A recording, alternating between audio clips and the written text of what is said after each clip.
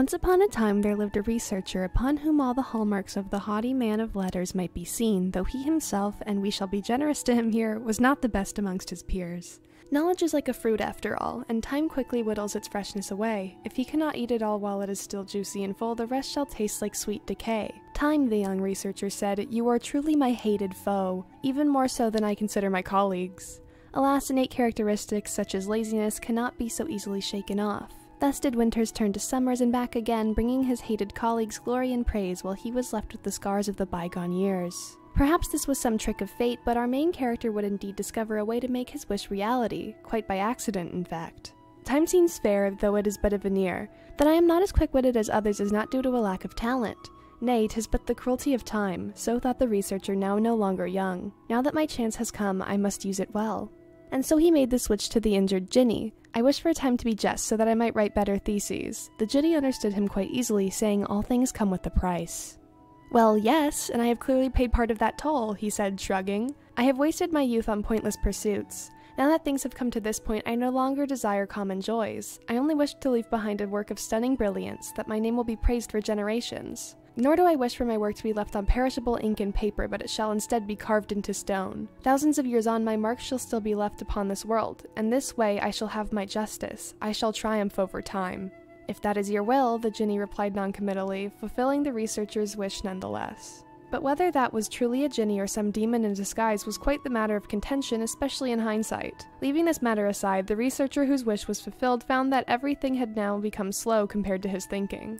Good, good. Now then, my agility of mind shall not be a problem. At first the researcher was most pleased. Now that he had ample slack, so to speak, there was much time for thoughtful consideration. The time it took for a sand grain to fall to the earth was not sufficient for him to raise his left hand to touch his forehead, but his mind could sprint during this time. From forest to desert, from vast plain to snowy tundra, it could run indeed. He cursed that all the pages of a book could not be laid out flat, but had to be flipped one by one. But even had they been laid out before him, his eyeballs would have failed to move quickly enough. By the time his eyes had finished resting upon a single word, he would already have exhausted all vocabulary related to that word and all imagination pertaining to that vocabulary. I think too much and write too little, the researcher thought afterwards. I must use the most elegant words to write the most academically rigorous paper. But when he had penned the first word, his thoughts had already leapt to the conclusion. And so he had to constantly repeat the essay to himself, and as he silently dictated the text, it would become more and more refined. Yet this could only happen in his mind. When all was said and done, his right hand had yet to even write 7 words. And thus was this great work, comprised of the finest lexicon and the stoutest logic, compromised by the researcher's own body. Every passage came out tattered, as if someone had shredded every page and put them back together haphazardly. The words that were connected felt like fragments randomly selected from a complete text, and no one could really grasp the connection between them. It was on a starless night when he, with all his strength, like one completing a centuries-long exodus, managed to leave his study, arriving at the courtyard downstairs.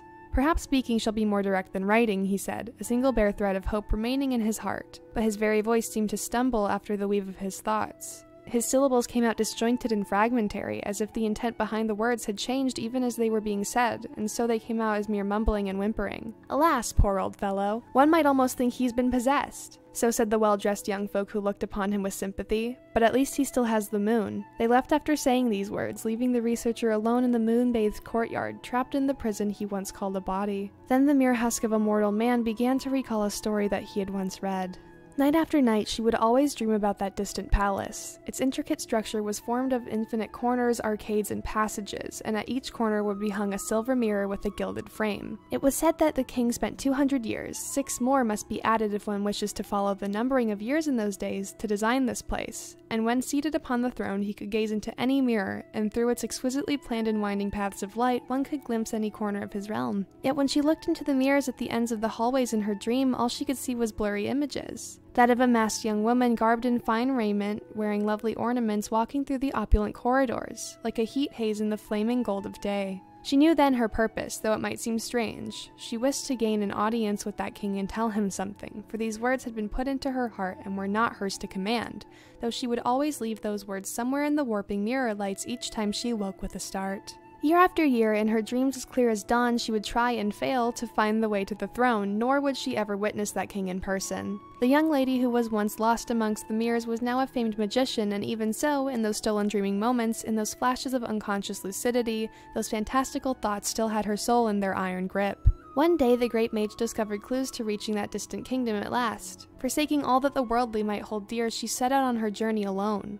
Across mottled moonlight she sailed, through the shadowed valleys she strode, and the darkest forests she braved, until she at last reached that realm of her dreams. But alas, alas, that city had been annihilated in a terrible fire a few hundred years ago, and the once prosperous kingdom was now no more. It is just as the poets say, the morning breeze is forgotten by all, song and color have faded from sight, only the dim gleam of towers tall lights the ruined, barren night.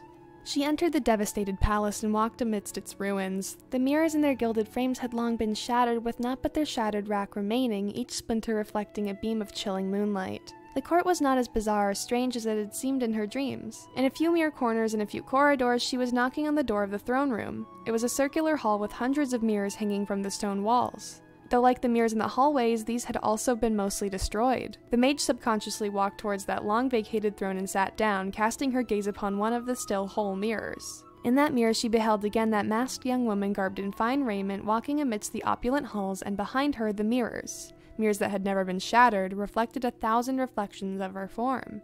She startled and raised her head, for that young woman now stood before her, silently watching, unimaginable pain in her eyes. The mage had only just thought of something to say when the woman drew a dagger before stabbing her in the heart. A lustrous rose bloom graced the silent tip of the blade as flames ignited all around them, consuming the hall that had once been destroyed by a great blaze once more. She smiled in confusion, astonishment, and relief, for the woman then took her mask off, revealing the features of the mage herself, dry lips quivering ever so slightly. This time the mage could finally hear the other person's words that had become lost across the decades and centuries within this labyrinthine dream and its eventide bewilderment. It was a story told by her to herself, a story reflected in thousands of shattered slivers of silver, echoing on forever. This is the story of an old bird chaser. North of the kingdom lies a dense forest. It is home to a flock of birds that can mimic the words of humans. They often gather like a cloud by the break of dawn. As they fly in the forest, iridescent hues dance on their spread wings, and their chatters echo round the tree crowns. But these creatures are not alone, for an old and frail man dressed in tattered rags always comes and spends all day chasing after them like a savage. Just as how a towering tree was once tender and delicate, the old man used to be fair and handsome. He grew up in a village by the forest. Agile and kind, he was much loved by all. Every girl in the village adored him, but his heart fluttered only for his love, a young priestess serving in the forest who had always fascinated him with miracles of the divine. The young man often thought that he would give up anything to be with the girl until death did them part. Alas, that which is sweet never lasts. A grueling war broke out and the young were conscripted, including the man. Before he left for the battlefield, he saw his love weep for the first time. Teardrops rolled down her cheeks like dew falling from a green leaf, then down into his heart. Yet little did he know the actual reason behind the girl's melancholia. He had made hasty promises, wishing to ease the girl's sorrow, one caused by departure as he then naively believed. With grief written all over her face, the girl gave no response to his beautiful vows. After a brief silence, she said she would send talking birds to relay her words of longing.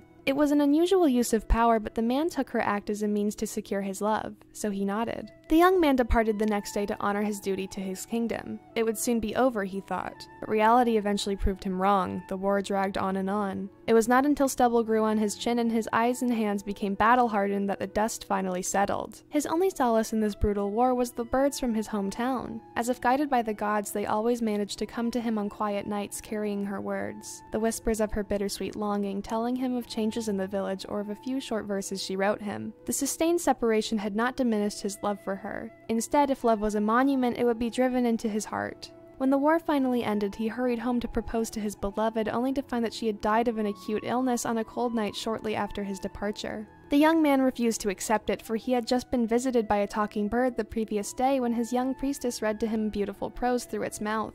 He broke into the girl's closed chamber, but as sunlight filled the dim room, it stirred what was inside. Countless enchanted birds waiting to be awakened from their rich slumber.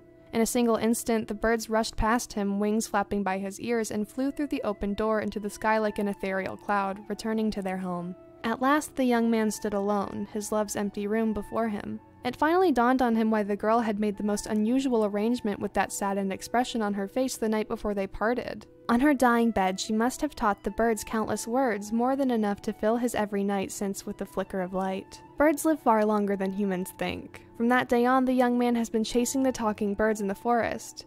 In their voices, he seeks to catch her lingering soul, to repent for his sin of scattering her love in the woods. Maddened yet tireless, the young man has not stopped his chase for a single day as he turned into a middle-aged man, then aged into an old man. The talking birds now speak of nothing new, and their numbers have dwindled. But what if there is still one out there that he has not yet met? One with something from her that he has not yet known? The obsession traps the bird chaser in the forest, and upon his face is written the toll of years. He skillfully sets up traps to catch the very birds and keeps them in a cage, stroking their necks, playing with them, and giving them the best cereals and clearest water. Then he will say to them, "Speak, talking birds. Speak of my love, who the forest favored so dearly. Speak of what she taught you." And so the generously fed birds will tell such a story.